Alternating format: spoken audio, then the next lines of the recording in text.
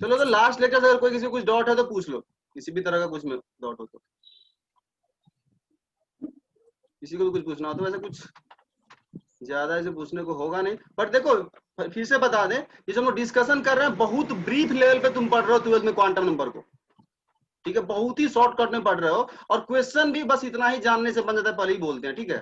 तो अगर ज्यादा डीप में सोचोगे तो बहुत डाउट आएगा इसमें, ठीक है, तुमको सोचने की कोई जरूरत नहीं बहुत ज्यादा डीप में, इस टॉपिक को पहले ही बोल देते हैं 12th लेवल पे एटलीस्ट। बिल्कुल इसका अगर डिटेल डिस्कशन बोलो तो मैथमेटिकल है, कल भी बोले थे और आज वापस से बोल रहे हैं, मैथमेटिकल डिस्कशन है, डिफरेंशियल इक्वेशन है, इसमें सॉल्व करना है, तब जाकर तुम सोचो कैसे कैसे इसका वैल्यू आ रहा है। अब पूछ देता है बच्चा, भैया एल का वैल्यू 0 से -1 ही क्यों जा रहा है, तो भाई डिफरेंशियल इक्वेशन बैठ के आना, सॉल्व करके बताएंगे फिर, तो कोई जबरदस्त उसका फायदा तुमको होगा नहीं 12th लेवल पे, ठीक है। तो ये सब चीज मन में मत सोचना, एल का वैल्यू 0 से -1 ही क्यों जा रहा, इसका रीजन क्या होगा, रीजन है बट तुम्हारे स्कोप के बाहर, और तुमसे पूछेगा अपने 12th लेवल पे, ठीक है।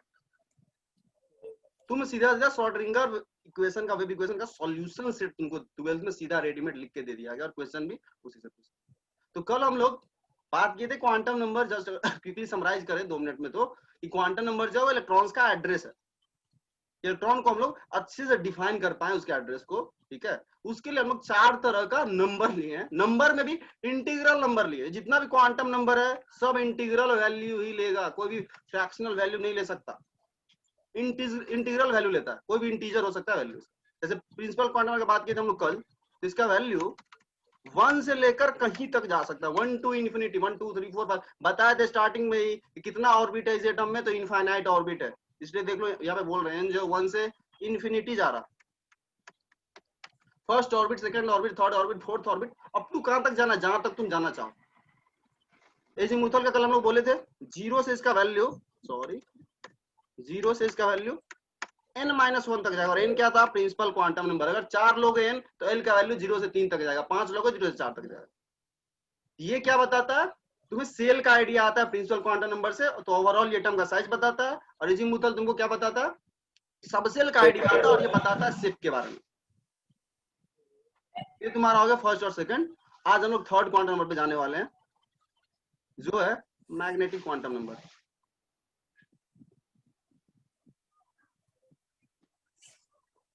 थर्ड मैग्नेटिक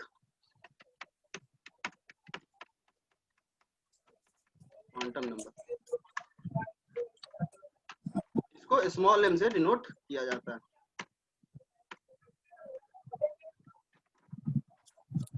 चलो ये देखो क्या मैग्नेटिक क्वांटम नंबर, देखो ये क्या है, देखो सबसे पहला चीज अगर इसके नेम से देखो तो कुछ ना कुछ मैग्नेटिक प्रॉपर्टी से रिलेटेड होगा, ये इतना समझ में आ रहा है, कुछ ना कुछ पार्टिकल के मैग्नेटिक प्रॉपर्टी को ये रिप्रेजेंट करता होगा, और सच में भी ऐसा ही कुछ है, ये मैग्नेटिक प्रॉपर्टी से रिलेटेड है। बट तुम्हारे लिए उससे ज्यादा रिलेवेंट जो है वो ये चीज है, यह बताता है सबसे पहले कि किसी सबसेल में कितना ऑर्बिटल होगा। कल तुम लोग को बोले थे सबसे बड़ा है सेल, उसके अंदर है सबसेल, और उसके अंदर है ऑर्बिटल, तो किसी सेल में कितना सबसेल होगा वो बताता है कौन, पिछला जो पढ़े थे एजीमुथल, और एजीमुथल में सबसेल जान गए, अब उस सबसेल के अंदर कितना ऑर्बिटल होगा वो बताएगा तुमको मैग्नेटिक। सबसे पहला पॉइंट ये लिखो, इट टेल्स अस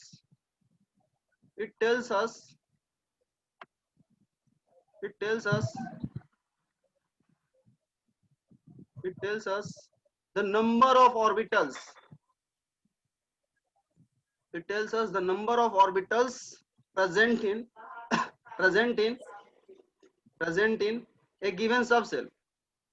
सबसेल का आइडिया कल हम ले चुके, present in A given subshell, किसी दिए गए सबसेल के अंदर कितना ऑर्बिटल है वो तुम्हें बताता है यह मैग्नेटिक क्वांटम नंबर, ठीक है। पहला पॉइंट कितना होगा, ठीक है, ये चीज होगा। अब कितना होगा वो आगे हम लोग बात करने वाले हैं, इसका भी वैल्यू होता है, ठीक है। दूसरा लिखो, अब ऑर्बिटल में, सच में ऑर्बिटल में मोस्टली रहता है इलेक्ट्रॉन, कल लिखवाए थे ऑर्बिटल एटम का वो 3D स्पेस है जहां पे इलेक्ट्रॉन के पाए जाने का प्रोबेबिलिटी मैक्सिमम होता है, मतलब most of the time electron जो है ऑर्बिटल में ही पाया जाता है, बोला भी जाता है वैल्यू भी 98-99% ऑफ द टाइम तुमको ऑर्बिटल में इलेक्ट्रॉन होता है, 1% ऑफ द टाइम लगभग समझो इधर उधर हो सकता है, बट बोल सकते हो मतलब कि ऑर्बिटल में इलेक्ट्रॉन मोस्टली रहता है। अब ऑर्बिटल में वो रहता है, कल तुम लोग को बोले थे ऑर्बिटल में वो रह रहा है तो घूम रहा है तो सच में वो वेव है, कोई शेप वो ले रहा होगा, वो शेप ले रहा होगा। वह शेप भी अब ओरिएंटेड कैसे है, किस तरफ ओरिएंटेड है, कितने एंगल पे ओरिएंटेड है, उसका मतलब इंक्लिनेशन वगैरह के बारे में, ओरिएंटेशन के बारे में तुम्हें बताता है मैग्नेटिक क्वांटम नंबर। मतलब जिस ऑर्बिटल में इलेक्ट्रॉन है वो ऑर्बिटल 3D में कैसे ओरिएंटेड है, किस एंगल पर ओरिएंटेड है, किस एक्सिस के अलोंग है या एक्सिस के बीच से है, वो बताता है मैग्नेटिक क्वांटम नंबर। तो दूसरा पॉइंट लिखो, इट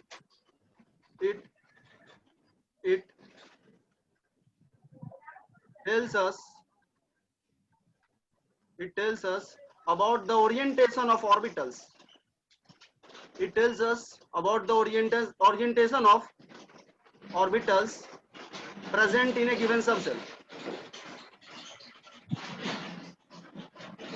यानी ये तुम्हारा सबसे पहला नंबर ऑफ ऑर्बिटल्स को बताता है। शॉर्ट में अगर लिखे तो फर्स्ट पॉइंट ये हम लिखे हैं इसमें, और दूसरा पॉइंट ऑर्बिटल ओरिएंटेड कैसे है, ओरिएंटेशन ऑफ ऑर्बिटल्स। और ये ऑर्बिटल्स किसमें है, present in A subshell, given subshell. कोई सबसेल है तुम्हारे पास, उसके अंदर कितना ऑर्बिटल होगा वो बताता है मैग्नेटिक क्वांटम नंबर। वो ऑर्बिटल ओरिएंटेड कैसे होगा 3D में, स्पेस में, एक्सिस वगैरह ड्रॉ करके दिखाओ तो वो बताएगा तुमको magnetic quantum number, orientation of orbitals 3D में वो कैसे ओरिएंटेड है। ठीक है, सिंपली ओरिएंटेशन नहीं बोल सकते, 3D जस्ट हम लगा दिए हैं, सिंपली ऐसे ही बोला जाता है ओरिएंटेशन। ठीक है, अब याद ध्यान देना, तुम्हारे पास n मान लो, n स्टार्टिंग वाला वहां से स्टार्ट फिर कर रहा है वापस, n मान लो तुम्हारे पास है 4, तो तुम क्या बोलोगे, l का वैल्यू क्या क्या हो सकता है, क्विकली बोलो कोई। 0 1 -4 -2 0 1 2 3 ठीक है। अब सुनना, जो m का वैल्यू है ना, n से l आया, l से m आता है, l से ही m आता है, तो लिख लो m वाला मैग्नेटिक क्वांटम नंबर में it depends on the value of l। n पे डिपेंड कर रहा है, l डिपेंड कर रहा है n पे, और m डिपेंड कर रहा है l पे, जस्ट अपने पिछले वाले पे डिपेंड कर रहा है। l तुम्हें पता है तो उससे तुम m निकाल सकते हो, n से l निकालो और l से m निकालो, ऐसा कुछ। ये लिख लियोगे, depends on the value of l, यानी एजीमुथल क्वांटम नंबर पे मैग्नेटिक क्वांटम नंबर का वैल्यू डिपेंड करता है।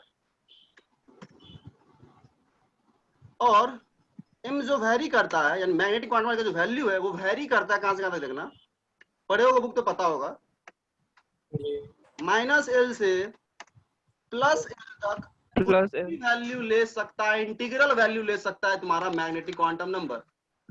एग्जांपल देते हैं फिर समझ में आएगा। मान लो तुम्हें बोला कोई m का वैल्यू 3 है, स्मॉल m है, ध्यान रखना, तो तुम बोलोगे l जो है वो -3 से लेकर +3 तक कुछ भी इंटीग्रल वैल्यू ले सकता है, मतलब l इज इक्वल टू -3 से लेकर +3 तक कुछ भी ले सकता है।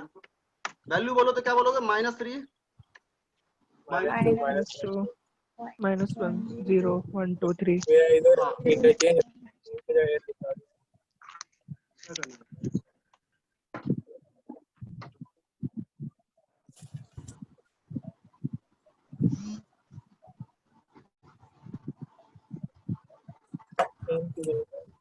चलो ठीक है, तो तुम्हारा -3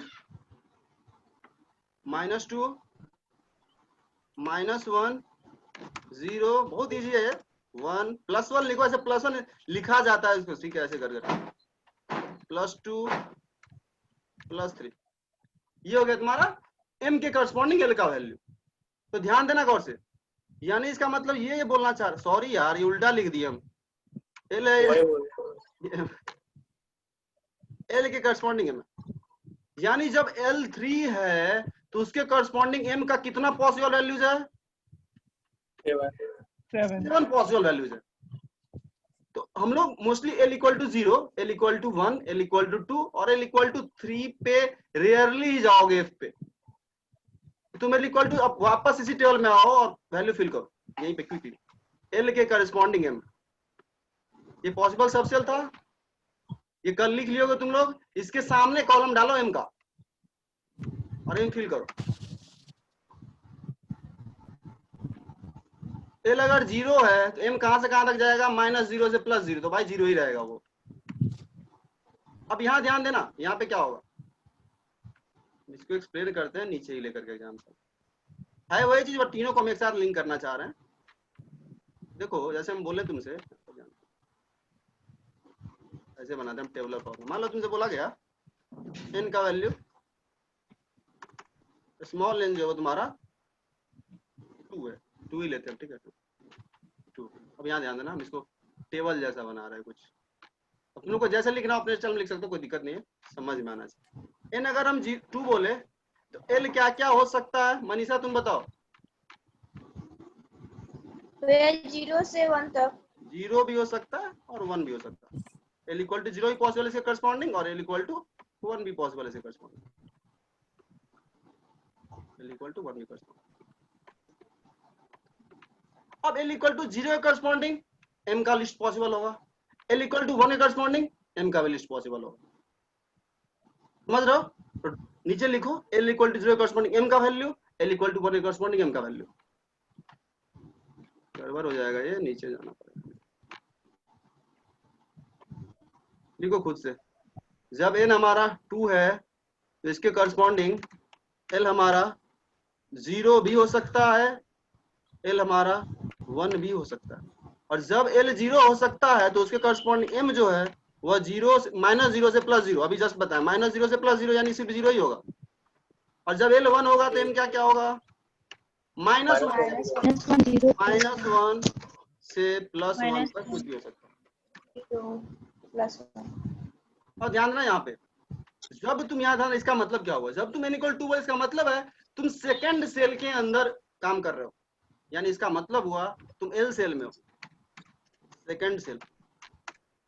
क्वेश्चन अगर तुमको ऐसे ही तोड़ के कर रहा होगा, अच्छा क्वेश्चन ये सेकंड सेल यानी इसी को बोल दो, और l सेल जिसको तुम l बोलते थे, तुम l सेल के अंदर हो, या प्रिंसिपल क्वांटम नंबर का वैल्यू 2 है, जो बोल लो सब बात एक ही इक्विवेलेंट है। बोला गया l shell second shell of this atom, मतलब वही बात हो, प्रिंसिपल क्वांटम नंबर 2 वही बात है, सेम बात है। तो तीन तरीके से बोल सकते हो। l इक्वल टू 0, l क्या बताता है, सब सेल को। कौन सा सब सेल होता है, l 0 होता है तो s सब सेल,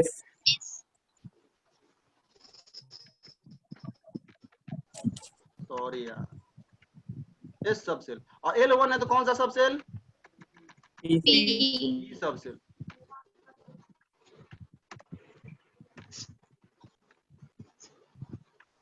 सेकंड लाइन हो गया सब सेल, उसके करस्पॉन्डिंग जब m 0 लिखे, इसका मतलब हो गया s सब सेल का ऑर्बिटल, इसको बोलेंगे s ऑर्बिटल। तो s सब सेल भी बोला जाता है, s ऑर्बिटल भी बोला जाता है। ये जो m लिख रहे हो ये बता रहा है s का ऑर्बिटल, जो हम लोग अभी डिस्कस कर रहे हैं। और यहाँ m -1 क्या बता रहा है, p सब सेल का ऑर्बिटल, p ऑर्बिटल।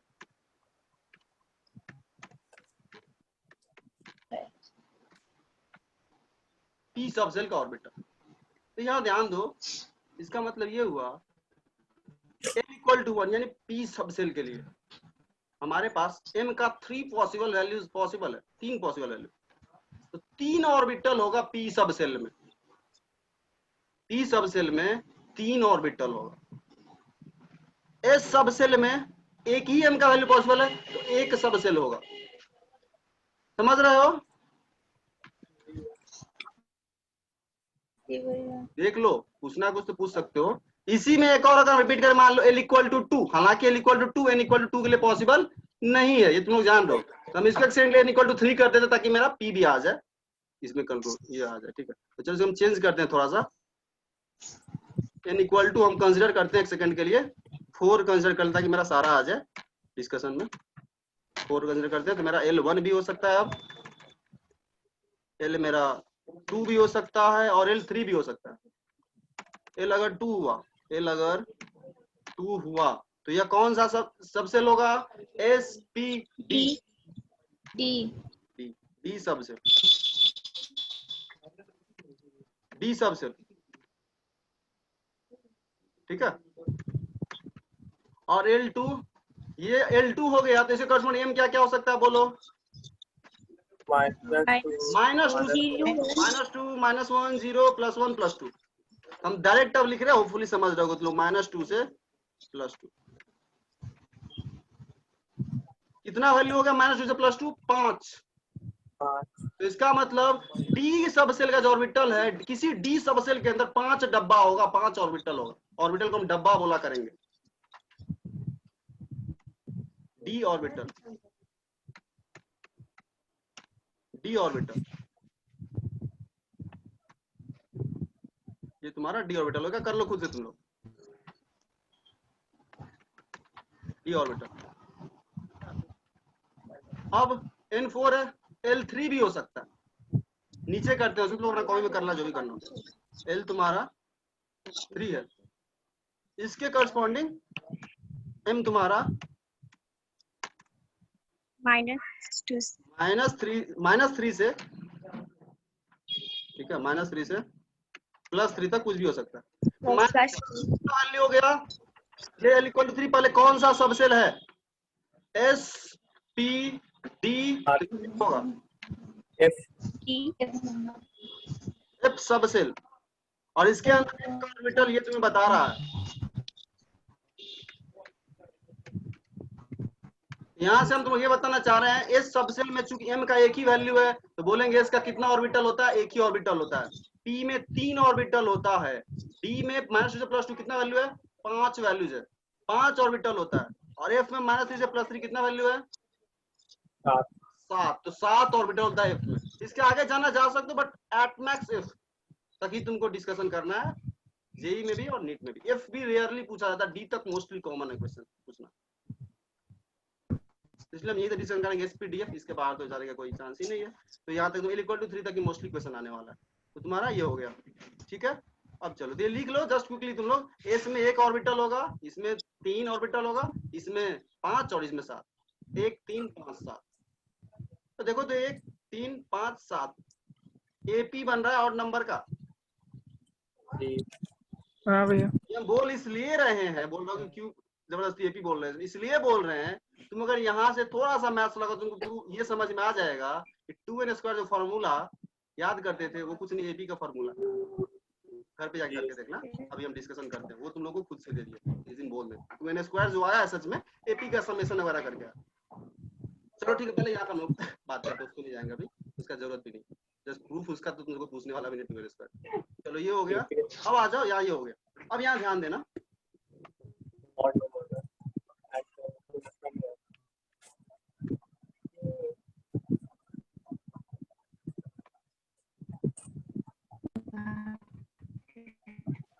अब यहाँ ध्यान देना। अब क्या बताने वाले थे हम? मान लो तुम 3rd सेल में काम कर रहे हैं, N = 3 है, तो ये खुद से भी लिंक कर सकते हो। N = 3 मतलब M सेल, N बता रहा सेल के बारे में। इसमें कौन कौन सा सबसेल होगा? N3 है, क्या क्या होगा? L = बिल्कुल सही, L = हो जाएगा 0 1 2, ठीक है 1। और M क्या क्या होगा? अब M L पे डिपेंड करेगा। तो जब तुम L0 ले लो, यहाँ तक ऐसा कुछ कर देते हैं जस्ट ये करने के लिए। L0 ले लो, फिर नीचे वाले लाइन में हम लेते हैं L1, यानी इसके करस्पॉन्डिंग L1 भी हो सकता है। स्मॉल L लिखना, सब स्मॉल है, इसके करस्पॉन्डिंग L तुम्हारा 2 भी हो सकता है। जब L0 होगा तो जस्ट हम लोग किए, M जो है वो सिर्फ 0 ही हो सकता, M जो है सिर्फ 0 ही हो सकता। जब L1 होगा तो M तुम्हारा -1 0, और जब तुम्हारा L2 है M = -2, -1, -0, +1 और +2। ध्यान देना यहाँ पे गौर से, ये तुम्हारा हो गया। ध्यान देना, इसको बोलेंगे L0 S है, बट किसका S है? 3rd सेल का S है, तो इसका नाम देंगे 3S, इसका नाम देंगे 3S, इसका नाम देंगे 3P, इसका नाम देंगे 3D। L3 है तो 3D। और ये क्या बता रहा है? ये बता रहा है 3S के अंदर एक ऑर्बिटल होगा, 3S के अंदर एक ऑर्बिटल होगा। ये बता रहा है 3P के अंदर 3 ऑर्बिटल होगा, 3D के अंदर 5 ऑर्बिटल होगा। हालांकि कोई सा भी D लो, 3D 4D 5D, D वाला है तो 5 ऑर्बिटल होगा। लिख लो डायरेक्ट तुम लोग, S में 1 ऑर्बिटल, P में 3 और लिख लो कॉपी में। कोई भी एस हो, 3s 4s 5s कुछ भी हो, एस है तो एक ऑर्बिटल, पी है तो 3, डी है तो 5 और एफ है तो 7। इतना तुमको डायरेक्ट याद ना चाहिए, 1 3 5 7 number of orbitals.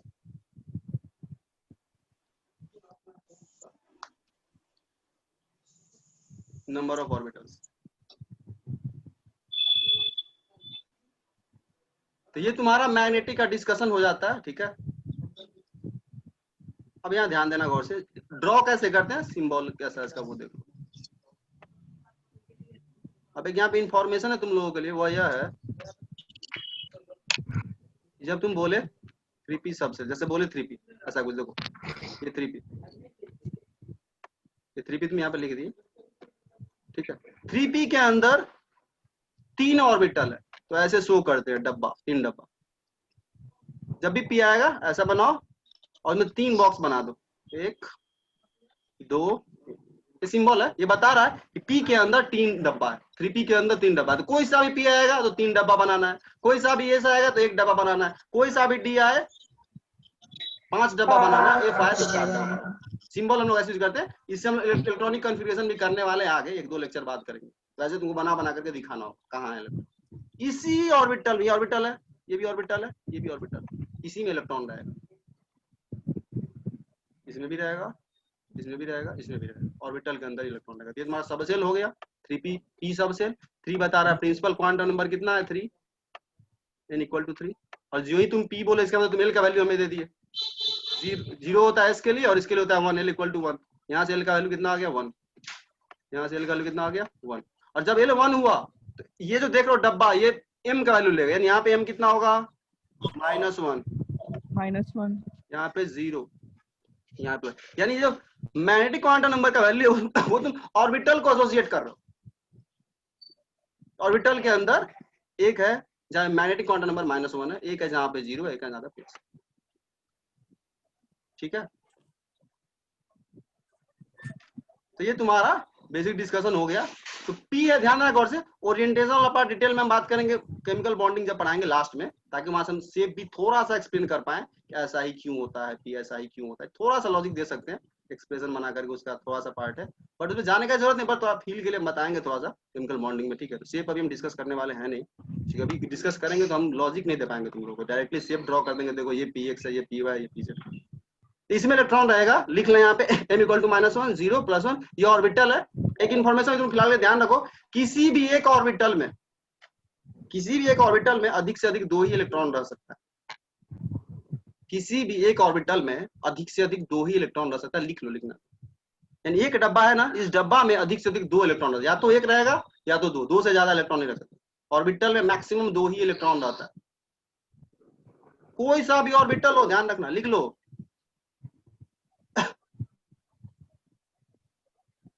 An orbital can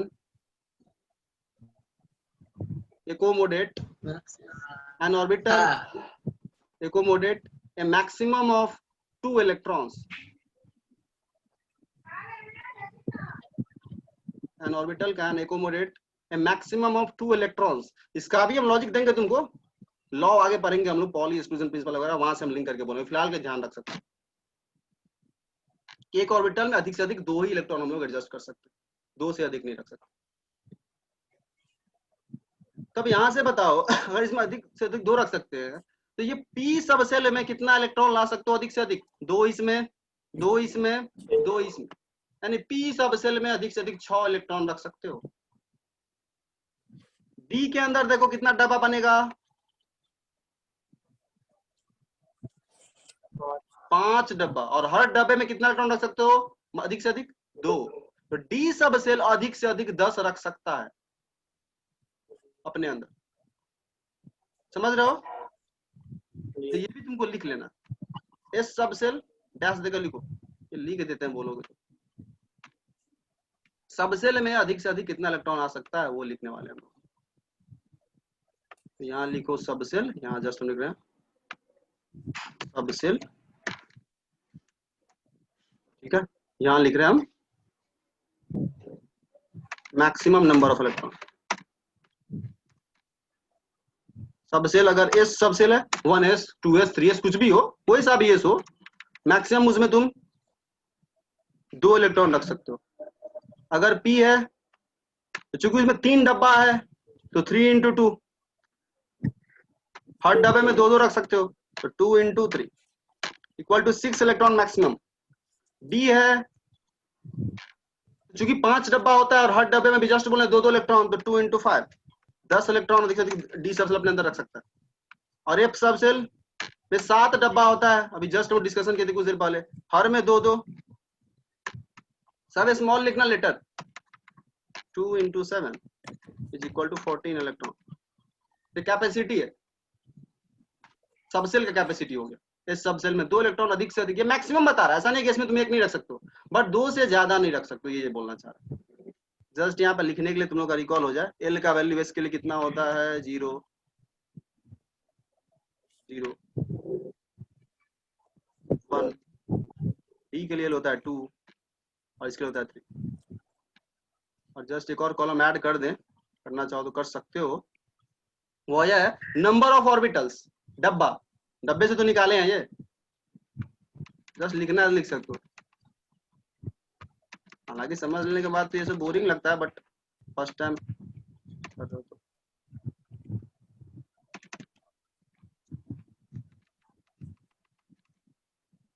number of orbitals, and वो डब्बा बना रहे हैं, बॉक्स बना रहे हैं, नंबर ऑफ ऑर्बिटल्स इसमें कितना होगा, इसमें अधिक से अधिक 1 डब्बा, इसमें अधिक से अधिक 3 डब्बा, इसमें एम का जितना वैल्यू आया था ऊपर से लिंक कर रहा है, हम जस्ट लिख रहे हैं, वापस हम घर जाकर लिंक कर सकते हो, सारा चीज हम लोग डिस्कस कर लिए, बट फर्स्ट टाइम पढ़ रहे हो तो तुम अचानक से पीछे वाला चीज भूल जा रहे होगे, तो हो सकता है कि लिंक नहीं कर पा रहे हो अच्छे से।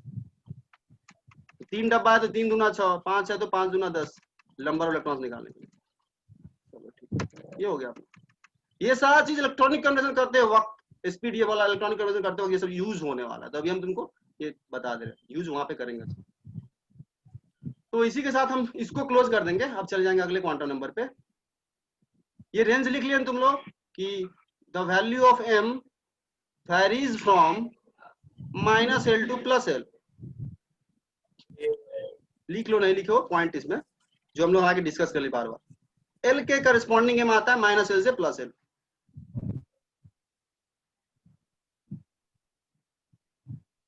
ये भी लिख लो, m का जो हर वैल्यू है वो एक ऑर्बिटल को करस्पॉन्ड करता है, लिख लो। एवरी वैल्यू ऑफ m या each value of m corresponds to an orbital. डब्बा के करस्पॉन्डिंग होता है m का वैल्यू, सेल के करस्पॉन्डिंग n का वैल्यू, सबसेल के करस्पॉन्डिंग l का वैल्यू, और डब्बा के करस्पॉन्डिंग m का value. Each value of m corresponds to an orbital.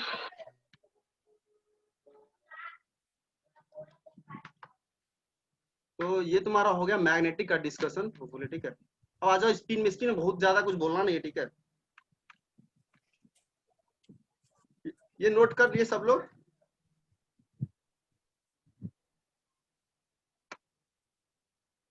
Note कर लिए तो बोल देना एक बार जस्ट। हो गया भैया, हो हो गया भैया। चलो ठीक है। तो अगला है तुम्हारा स्पिन क्वांटम नंबर। हेडिंग डालो स्पिन क्वांटम नंबर।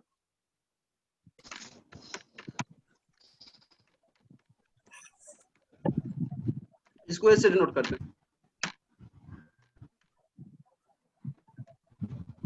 देखो ये क्या बताता समझ लो, ये बहुत सिंपल है, इसमें बहुत कुछ बताने को है नहीं क्वेश्चन के पॉइंट ऑफ व्यू से, ठीक है। देखो ये क्या बताता है, देखो ये बताता है इलेक्ट्रॉन की स्पिन के बारे में। लिख लो, it indicates the direction of spin of an electron. It indicates, यहाँ लिखा हुआ हालांकि, the direction of spin of an electron. और स्पिन वर्ड का मतलब बताते हैं, बस हो गया, बस ज्यादा इसमें ये लगाना नहीं अपने को। कौन साइंटिस्ट दिया था ये तुम लोग का काम है, जाके बुक में पढ़ना, पहले ही बोल देते हैं, ये हमने लिखवा रहे कि ये साइंटिस्ट देख लेना, हमको ध्यान नहीं है, सच बोल हमको ध्यान नहीं है। फर्स्ट वाले का ध्यान है, बोर्ड लिखवा दिए थे, दूसरे वाले का शायद सोमरफील्ड करके था, उसके बाद हमको ध्यान नहीं। और उस देख लेना, जो भी छोड़ो वो कोई पैटर्न नहीं कर, कोई पूछने वाला नहीं, पहले बोले थे, पर पता होना चाहिए, ठीक है। चलो स्पिन क्वांटम नंबर देखो, या समझो, ये क्या बताता है, लिखवाया तुमको, ये इलेक्ट्रॉन के स्पिन के बारे में बताता है। इसका मतलब क्या समझना, ये तुम्हारा सेल है, सेल है, ये तुम्हारा इलेक्ट्रॉन है, 9th वाला बोल रहे हैं, इलेक्ट्रॉन इसमें घूम रहा। तो एक जो तुम बोलते आ रहे हो कि electron revolves around the nucleus, वो रिवॉल्यूशन हो गया। और एक अपने एक्सिस के अबाउट भी, वो तो हो गया कि मतलब न्यूक्लियस वाले एक्सिस के अबाउट रोटेट कर रहा है, जिसको तुम बोलते थे रिवॉल्व कर रहा। लेकिन ये जो बता रहा है वो बता रहा है इलेक्ट्रॉन का अपना एक्सिस जो है, अपना एक्सिस उस सर्कुलर मोशन के अंदर उसके अबाउट वो स्पिन कर रहा होता है, घूम रहा होता है, उसको बोलते हैं spin of an electron. Spin of electron का मतलब कोई पूछे तो बोलना, स्पिन ऑफ इलेक्ट्रॉन का मतलब ये हुआ इलेक्ट्रॉन अपने एक्सिस के अबाउट जो घूम रहा है, उसके लिए टर्म यूज करते हैं स्पिन, उसके लिए टर्म यूज करते हैं स्पिन। ठीक है, तो स्पिन का मतलब लिख सकते हो the rotation of an electron about its own axis. The rotation of an electron about its own axis is called as a spin of an electron. Is called as the spin of an electron. 6 minute बचा, हमको खत्म करना है इसको इसी में। ठीक है, तब यहाँ ध्यान दो, अगर डायग्राम शायद मेरे पास होगा, हम लोग स्पिन को देख पाते, नहीं है इसमें नहीं है, तो कोई नहीं। देखो अब समझो गौर से, यह इलेक्ट्रॉन है, इसको वैसे कुछ समझो, हम इसको एक बॉल जैसा बना रहे हैं, हालांकि तो वो बहुत छोटा होता है बजट समझने के लिए। मान लो ये ऐसे इसी में बनाते हैं, ऐसा कुछ बॉल जैसा इलेक्ट्रॉन, इसका अपना एक्सिस। अब ये एक्सिस के अबाउट ऐसे भी घूम सकता है, ऐसे भी घूम सकता है, क्लॉकवाइज भी और एंटी क्लॉकवाइज भी। तो 2 तरह का स्पिन हो गया, लिख लो।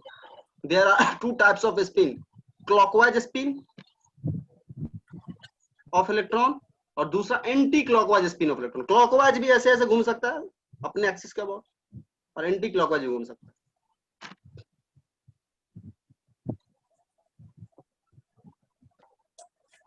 क्विकली लिखो, clockwise spin, anti clockwise spin. Diagram बनाना खुद से बनाना, क्लॉकवाइज घूमेगा ऐसे, तो clockwise spin, anti clockwise, anti clockwise spin. तो ये 2 स्पिन है ना, इसी को डिस्टिंग्विश करने के लिए हम लोग स्पिन क्वांटम नंबर लाएंगे। भाई कैसे पता चलेगा कि इलेक्ट्रॉन क्लॉकवाइज घूम रहा है या एंटी क्लॉकवाइज घूम रहा है अपने एक्सिस के ऊपर। तो क्लॉकवाइज घूमता है तो बोलते हैं एस का वैल्यू +½ ले लो, जस्ट कन्वेंशनली हम लोग दे दिए value, s is equal to +½ for clockwise spin. लिख लो quickly, s is equal to +½ for clockwise spin. यहाँ पे लिखो direct, s is equal to, small s लिखना, +½ 1/2 for clockwise spin of electron, clockwise spin of electron. Anti clockwise हुआ तो -½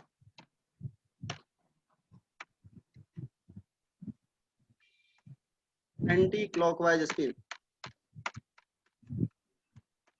तो इसका 2 ही पॉसिबल वैल्यू है,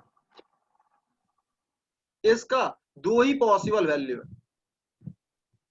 +½ और -½ ये कुछ एनएलएम पे डिपेंड नहीं करता, ये सीधा स्पिन पे इसका डिपेंडेंसी है। क्लॉकवाइज है तो +½ एंटी क्लॉकवाइज -½ इसको उल्टा भी लिया जा सकता है, पहले बोलते हैं कन्वेंशनली है। क्वेश्चन अगर आप पेपर में करवा सकता है वैसा, मतलब कन्वेंशन पलट दे, कोई बोले कि चलो एंटी क्लॉकवाइज को बोल दो +½ बट हम लोग इन जनरल कुछ नहीं बोला गया तो यही लेके चलेंगे, क्लॉकवाइज के लिए +½ -½ के लिए एंटी क्लॉकवाइज के लिए -½ इसका 2 ही पॉसिबल वैल्यू है, लिख सकते हो। It can take only 2 values, +½ and -½ हम लोग लिख लिए। तो इसका वैल्यू के बारे में डिस्कशन कर लिए, क्या मतलब है तो वही बता दिए। अब जस्ट देख लो गौर से क्या है। मान लो हम बात करें डी का, बात करते हैं डी सबसेल का, 3D ही लेते हैं। कितना डब्बा बनेगा इसमें? 5 डिस्कस कर चुके हैं। हर डब्बे में 2-2 इलेक्ट्रॉन होगा, मैक्सिमम 2-2 होगा, अगर नहीं इलेक्ट्रॉन कम होगा तो 1 भी हो सकता है। तो ध्यान देना, किसी एक डब्बे में 2 इलेक्ट्रॉन लोगे ना, 2 इलेक्ट्रॉन लोगे ना, तो 1 इलेक्ट्रॉन अगर क्लॉक, और ध्यान एरो वाला सिंबल बताया नहीं, इसको ऐसे डिनोट करते हैं अपवर्ड एरो से। ये बता रहा है इलेक्ट्रॉन का क्लॉकवाइज में सिंबल है जस्ट, और डाउनवर्ड एरो बता रहा है इलेक्ट्रॉन एंटी क्लॉकवाइज स्पिन कर रहा है। किसी एक ऑर्बिट में, जो हमको बताना है वो ये पॉइंट है, इस सॉरी ऑर्बिटल में, ऑर्बिट नहीं बोलना चाहिए, ऑर्बिटल में एक इलेक्ट्रॉन अगर अपवर्ड एरो में है, यानी क्लॉकवाइज घूम रहा है, तो दूसरा जो उसके साथ होगा वो उसके अपोजिट होना चाहिए, एंटी क्लॉकवाइज। किसी ऑर्बिटल में दोनों इलेक्ट्रॉन सेम तरह से स्पिन नहीं कर सकता, लिख के काट दो, एक अपवर्ड होगा तो दूसरा डाउनवर्ड होगा, ये भी पॉसिबल नहीं है। इसका भी रीजन देंगे, आगे एक लॉ आएगा वहां से भी जस्टिफाई, जस्ट बता रहे हैं, कल के लेक्चर में इसका रीजन देंगे। ये वाला सही है, एक अपवर्ड एक डाउनवर्ड, दोनों को अपोजिट होना पड़ेगा।